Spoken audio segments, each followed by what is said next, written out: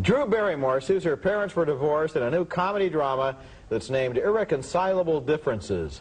And Ryan O'Neal and Shelley Long play the parents who have gone Hollywood and started to neglect their little kid. It's one of the new movies we're going to be reviewing this week on At the Movies. We'll also review A Soldier Story starring Howard E. Rollins Jr., the Oscar nominee from Ragtime. That's this week at the Movies, the movie review program.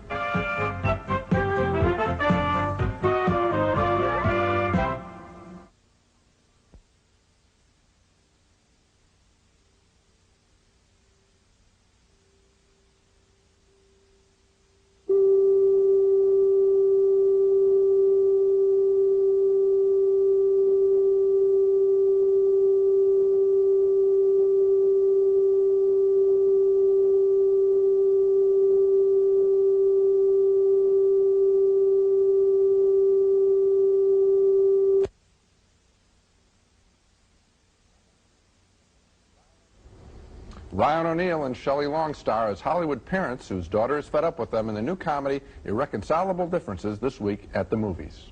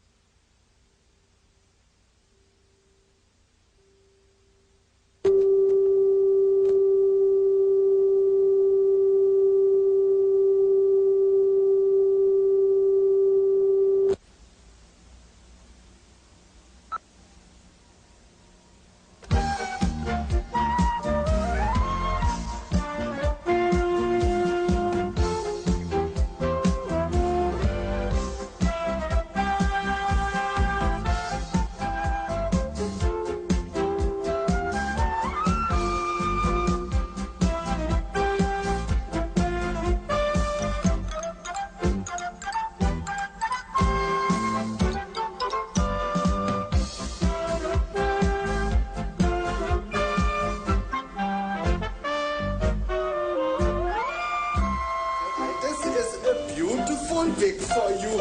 It looks so marvelous and I love it. The other one. Here's the other one. I think you will love it.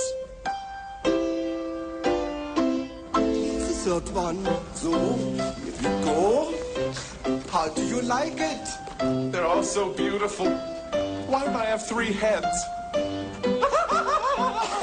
This is funny. Well, that's genius for you. Never satisfied. That was the musical genius, believe it or not. Wolfgang Amadeus Mozart, played wildly by Thomas Hulce in Amadeus, a thriller and also an ode to creativity, and one of 5 new movies we'll be reviewing this week on At the Movies, the movie review program. Across the aisle from me, Roger Ebert, film critic of the Chicago Sun-Times. And across the aisle from me is Gene Siskel, film critic of the Chicago Tribune. Well, the autumn movie season is now officially underway, and so finally we're going to start getting some movies again about things that are other than spaceships, beer blasts, and food fights. All right. In addition to Amadeus, we're also going to be reviewing on this program Sally Field is a Texas widow and Places in the Heart, a Paris love story starring Karen Allen named Until September, and Bo Derek's new movie, would you believe, I know this is going to come as a surprise, I think it has a good chance to be Stinker of the Week, Bolero. And now Gene begins with a review of Steve Martin's new comedy, All of Me. All of Me is a wild new comedy starring Steve Martin and also Lily Tomlin, in the story of a very, very rich woman who is near death but has discovered a way to keep her soul alive and have it transplanted into the body of a beautiful woman. The method involves a lot of chanting by a swami. Steve Martin plays her doubting attorney. Are you insinuating that I am not of perfectly sound mind? No, I wouldn't do that, but I think practically everybody in the solar system would. Mr. Cobb, the last thing I need around here is your ill-informed negativity. Get out.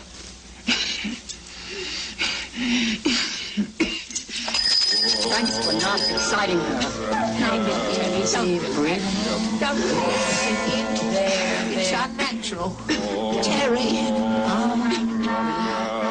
No, Parker, not yet.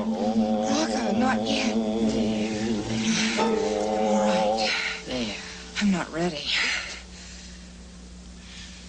Is everybody here bananas? Now, when Lily Tomlin finally does die, she winds up by mistake inside Steve Martin's body, and she controls half of his body. Ah, You seem to have control over the left side of your body, while I feel dominant on the right. Oh, let go of that.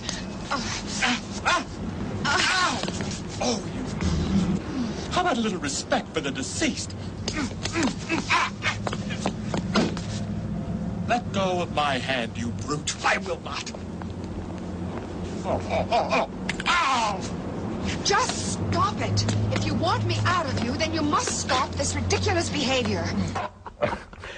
I like that. That's very funny stuff. All of Me is very funny when Steve Martin is playing his dual role.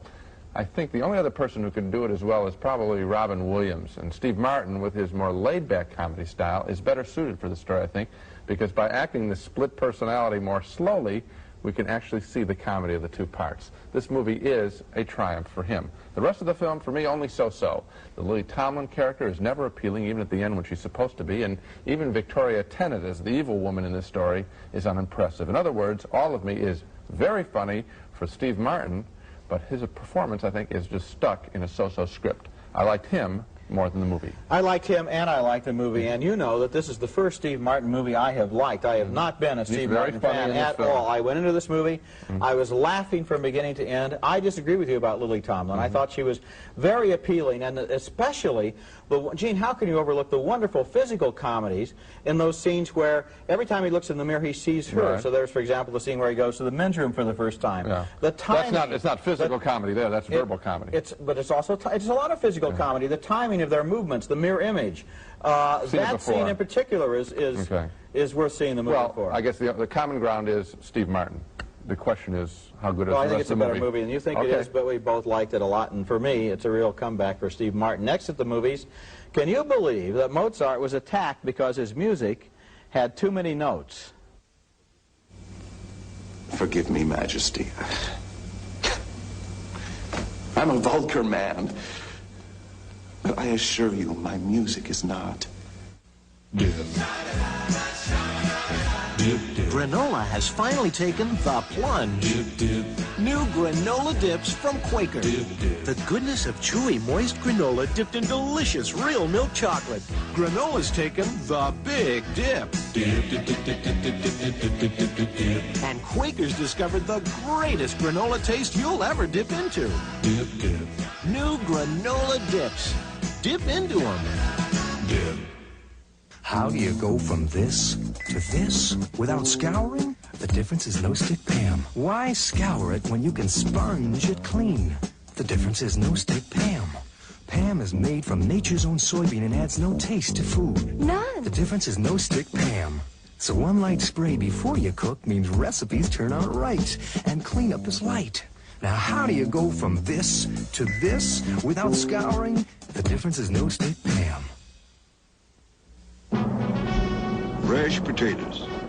But they're not potato chips until you slice them. You can slice them thin, or you can slice them thick.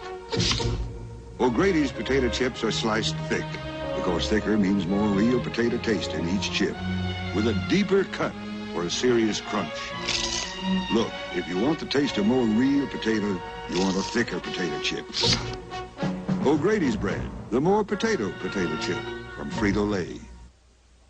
The trouble with the average bargain trash bag is that what goes in doesn't always stay in.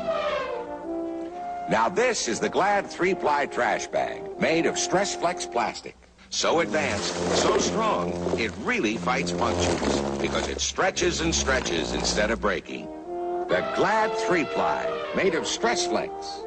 Now you can get the strength of Stress Flex in the heavyweight, the strongest trash bag Glad makes. Our next movie is named Amadeus, and it's one of the most brilliant balancing acts I've ever seen on film. A wonderful combination of music and passion, history and soap opera, sex and scandal, genius and despair. And that's a pretty good list. The movie tells the story of Wolfgang Amadeus Mozart, a composer who seemed to create classics almost effortlessly, from the point of view, anyway, of another composer whose work took a lot more effort and was a lot more ordinary.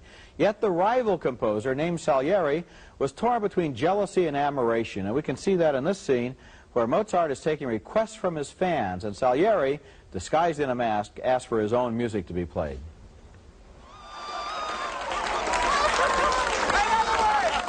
Give me boring. Another! Play Handel. I don't like him. Another one. Play Salieri. Salieri. Now that is a challenge. That is a challenge. Please, please.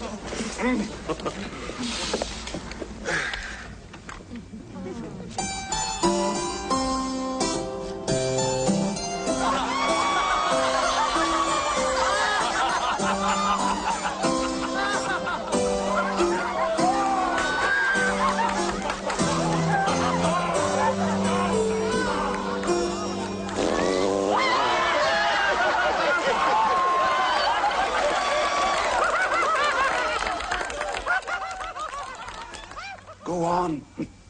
Mock me. Laugh. That was not Mozart laughing, Father. That was God. That was God laughing at me through that obscene giggle. That's F. Murray Abraham in a really wonderful performance. There was the old man Salieri remembering the scene from his youth when Mozart seemed to be able to do, with no effort at all, what Salieri could never hope to do. And he's remembering there the genius of Mozart. But this movie, Amadeus, is not a boring historical movie that's simply supposed to be educational. I doubt very much, really, that it's even interested in being accurate about the factual life story of the real Mozart. This movie is about his spirit, and you can see that in this elegant scene where Mozart and the Emperor Joseph II debate the subject of a controversial new opera named Figaro. Figaro is a bad play. It stirs up hatred between the classes. In France, it has caused nothing but bitterness. My own dear sister, Antoinette, writes me that she is beginning to be frightened of her own people. Sire, I swear to your majesty, there's nothing like that in the piece. I've taken out everything that could give offense. I hate politics. I'm afraid you're rather innocent, my friend. In these dangerous times, I cannot afford to provoke our nobles or our people simply over a theater piece. Majesty, this is just a frolic. It's a piece about love. Love. Again. And it's new. It's entirely new. It's so new that people will go mad for it. That's Thomas Holtz as Wolfgang Amadeus Mozart, and oddly enough, you might remember him from National Lampoon's Animal House. He was the guy who went out with the mayor's daughter.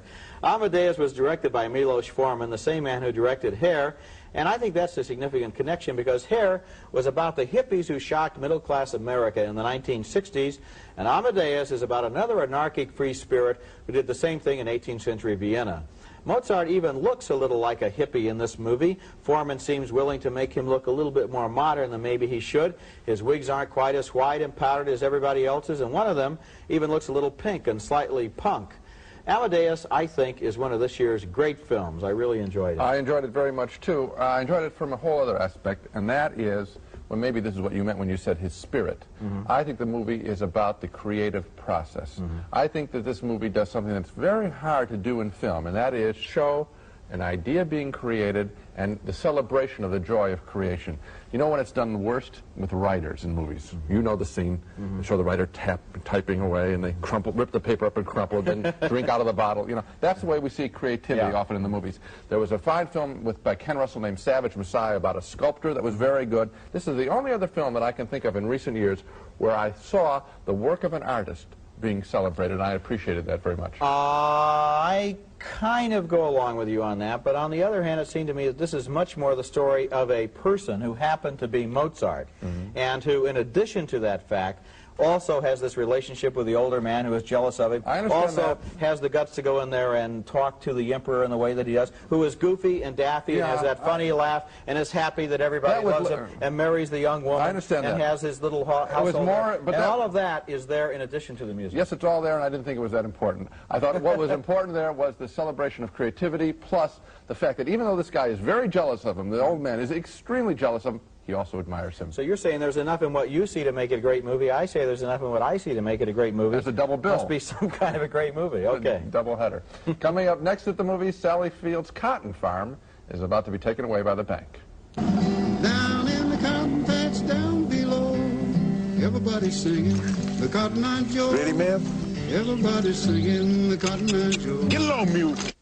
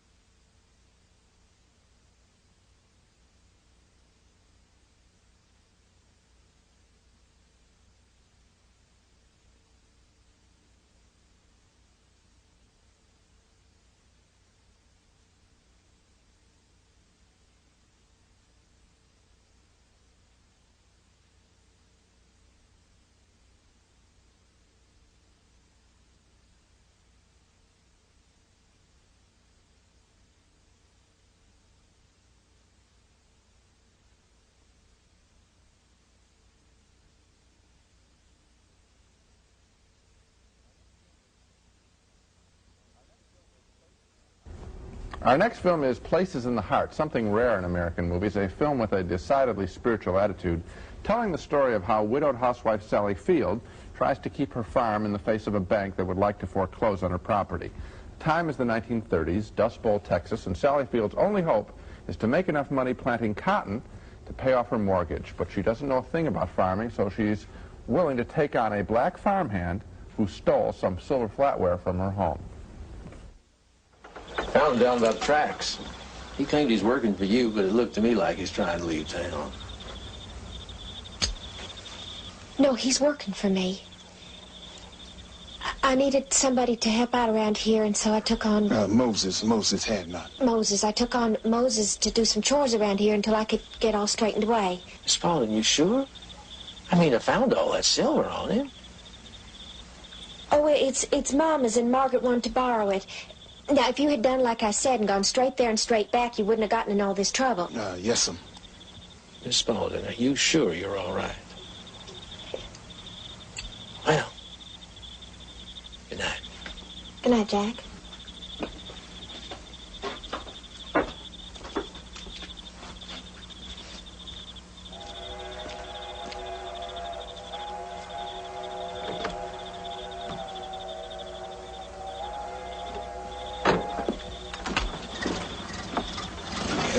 Ma'am, I appreciate what you've done for me. How much could I make if I was to plant cotton? Cotton? Well, last year, cotton fetched 6 cents a pound. You got, say, 30 acres here. You figure, that comes to $300-something. Now, if you take off sure the you can do it? Oh, ma'am, I've been chopping cotton since I was 5 years old. I know all there is to know about cotton. Once he's accepted into her home, the question is, who else is going to pick that cotton and pick it quickly? They need to pick it quickly because there's a prize given in this town each year for the first bale of cotton picked. Money. No, some, it ain't gonna work. It's $100, and that plus a crop would be enough to make the payment. Miss Spaulding, you cannot begin to get that cotton picked on. Why? Why? Moses has said that it's ready. Well, Moses has always said... Oh, okay, man. I did say the cotton come in a touch early hereabouts. But in a couple, 3 days, the pickers from down south are going to get up as far as this county, and they can go through a field of cotton quicker than you can say Jack Robinson. Fine, we'll start right now. Well, you got 30 acres to pick. Frank and Possum can help. Well, that's not going to be nearly enough. Then I'll pick 24 hours man, a day. did you ever pick cotton before? After about an hour, the hulls start to cut in your fingers. Then by noon, both your hands is bleeding. Later on, your fingers start to swell. And after a little more time, there ain't no feeling left in your hands whatsoever. And I ain't even speaking about what it does to your knees. And I ain't even talking about what it does to your back. Now, we can't do it. Now, get that through your head once and for all. We can't do it. Now, you best stop thinking about it before you end up killing yourself. Now, you listen to me. If we lose this place and you're going back to begging for every single meal, Mr. Will, they're going to put you in the state home, and I'm going to lose what's left of my family. I'm not going to let that happen. I don't care what it takes. I don't care if it kills me. I don't care if it kills you. I'm not going to give up. And if the two of you do, you can go straight to hell.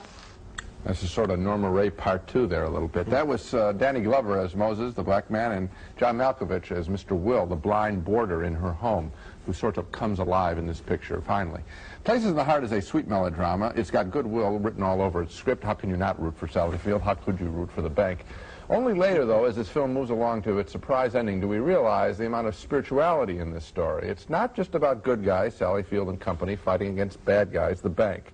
Rather, this film is weighted much more toward the notion of good guys working together, outcasts, widows, blacks, the blind, all coming together and gaining strength as a unit to fight their way against sometimes nature itself. In that way, Places in the Heart is both a spiritual film as well as a political film, and I liked it very much. I liked it a lot too, but oddly enough, what you've done in describing the film is to edit the film in the same way I would have edited it. You have not mentioned all the things I didn't like in the film, including all the local intrigues, the adulteries, the Amy Madigan character, the Ed Harris character, all these other local people, strange relationships that we don't quite understand. To me, the straight line in this film is Sally Field, her farm, her blind boarder, the black farmer who comes to help her get the cotton, and the selling of that cotton crop. That's the straight line in the film. That's terrific. They should have thrown out 6 or 8 other scenes. They would have had a stronger film. Right. You know, Howard Hawks, the director, once said that the definition of a good movie is 3 good scenes and no bad scenes, and that the no bad scenes is very important. You don't want a moment when people realize that you're seeing a movie. And I agree that some of the little side stories, but at the same time, Roger, just like this genius of Mozart overwhelms Amadeus, I think that the notion of people banding together in the face of nature and Dust Bowl and banks and commercialism takes this story through? I agree. It's got 4 good scenes and 2 or 3 bad ones. Okay. Our next movie is named Until September, and it is without a doubt one of the most unnecessary movies of the fall season, maybe of the whole year, maybe of the 1980s. It's a love story between an American woman and a French man who spend 3 weeks together in Paris without having one single interesting conversation. The movie stars Karen Allen as a tour guide from Missouri who misses her flight to Warsaw, and Thierry Le Hermit as a French banker with a wife and 3 kids. But he wants to cheat, and his mistress has left him, so he might as well cheat with Karen Allen. Their romance starts when she tells him he has the most beautiful eyes that she has ever seen. I guess that means she's already forgotten Harrison Ford's eyes in Raiders of the Lost Ark, not to mention the camels in the same movie. Here's a scene where they teach each other how to eat French toast. You sure have a very funny way of eating. What do you mean? Look. Try this. Hold your fork like this, and use your knife like that. I do. Yes, but then you don't have to fumble around. I don't fumble. Take it easy. I'll just say it's a truly superior technique. Look. 1, 2, 3. Yeah, these people are so bright in this movie. I kept waiting for step 4 where they stick the fork in their eye. In fact, I didn't even think the French toast looked good enough to eat. There are some serious problems with it. That's a bad movie for you. It really is. I'm saying this guy is going to eat this French. I could make better French toast than that, you know, and I'm not even in France, but never mind. This movie, where am I? Here we go. One of the problems with this movie is that the 2 lovers have absolutely no chemistry between them. You can see them there. All they have to talk about is toast, maybe, you know, a little sideline on forks and knives. Karen Allen herself is a wonderful presence on the screen, but Thierry Le Hermit is a drip. Remember that name, Thierry Le Hermit. And their romance in this movie raises all kinds of ethical questions, especially in the final scene where they've so neglected this guy's family that we're supposed to cheer, I guess, that he's going to abandon this wife and 3 kids and go off with Karen Allen. I think it's an important decision. It shouldn't just be the happy ending is that the family gets shoved into the toilet. Halfway through the movie, I was taking bets the last scene was going to be that old, reliable cliche where they run into each other's arms at the airport. And you know what? I didn't lose any money on my bet. Well, at that point, I wasn't really interested in it. And it's a shame to see Karen Allen. You know what I really feel badly about is that she didn't go into that Indiana Jones film. They let this Kate Capshaw in, and because she wanted to do more serious work, I presume. So her agent must have told her that. And then she does this. She is an interesting character actor. She can play. You know, she's trying to play a tough young American woman. Well, a tough young American woman would have, you know, gone on to another guy. The guy is a drip. That's not just a, you know, a little snide remark by you. That is a fact. The character here is a drip. There's nothing interesting about him except the pale blue color of his eyes. And the other problem is they do not, the whole gimmick here is that she doesn't speak French. His English is limited. Therefore, their conversations are along the lines of the Rhine wine comes in a bottle shaped like this, the Bordeaux wine comes in a bottle shaped like that. Here's how to eat French toast. I'm sitting there thinking, what do they have in common with each other except the need to make this movie? Yeah, and then again, of course, the pattern is so predictable. Fight, fight, fight. Get along, fight. Make up, make up, make up. Yeah. All right. Coming up next at the movies, Bo Derek's latest nudie film.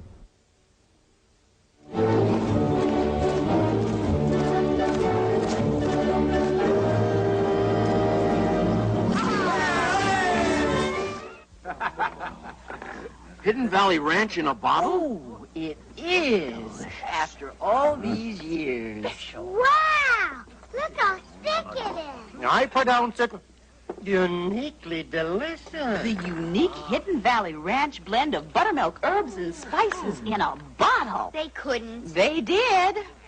My favorite. At last, Hidden Valley Ranch in a bottle. At last, Hidden Valley Ranch in a bottle.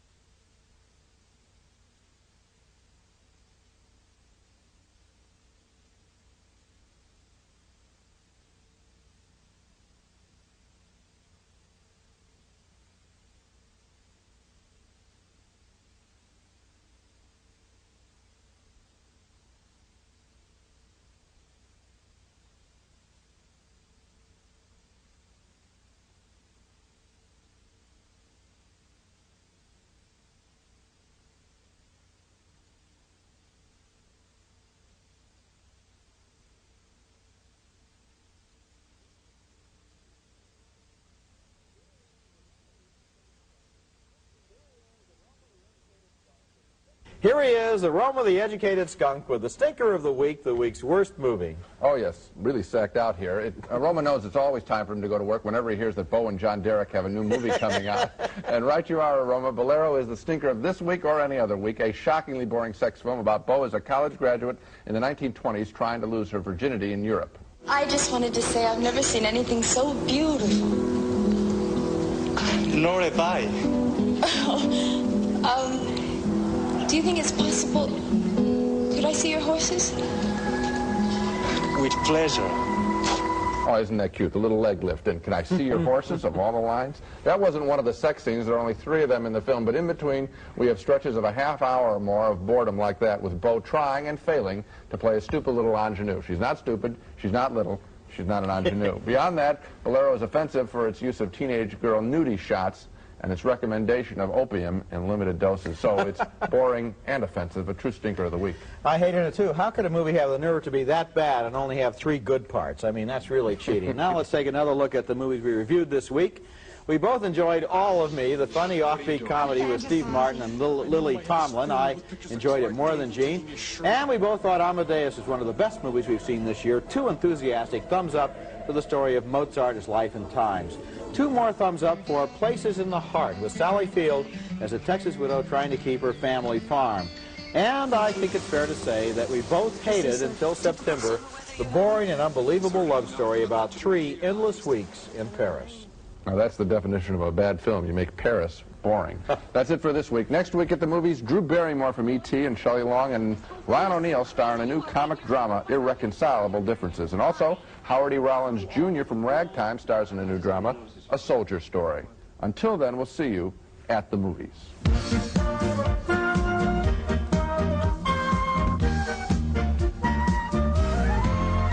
Pan American, whether it's business or pleasure or a little bit of both, across the country and around the world, Pan Am, you can't beat the experience. Goober's freshly roasted peanuts dipped in delicious milk chocolate. Enjoy America's favorite movie time candy at home or at the movies. Raisinets and Snowcaps too. Bright gives a brilliant shine without buildup.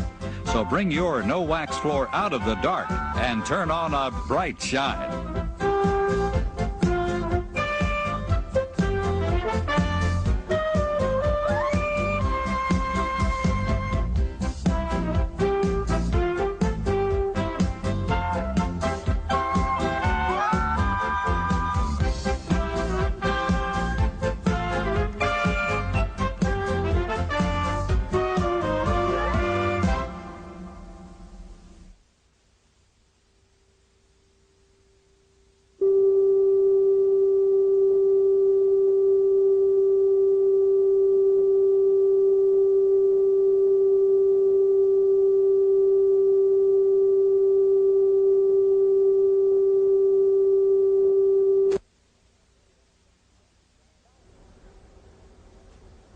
Sally Field is made especially out of playing plucky, small-town American women, and she won an Academy Award for one of those women, and her performance is Norma Ray.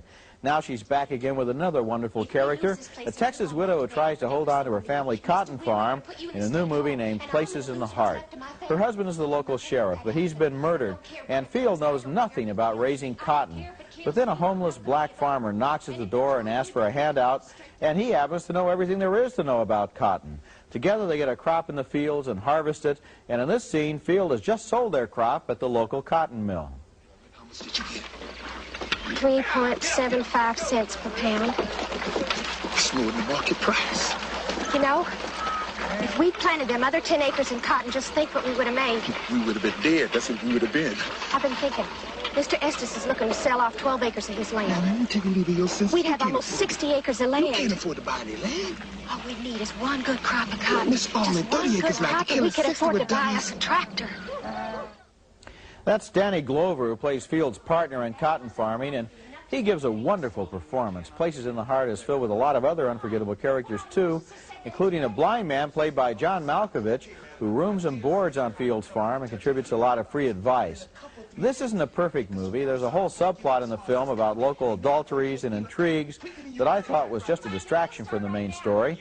But in those relationships among all the people who work to save the farm, Places in the Heart works very well, and I'm Roger Ebert at the movies.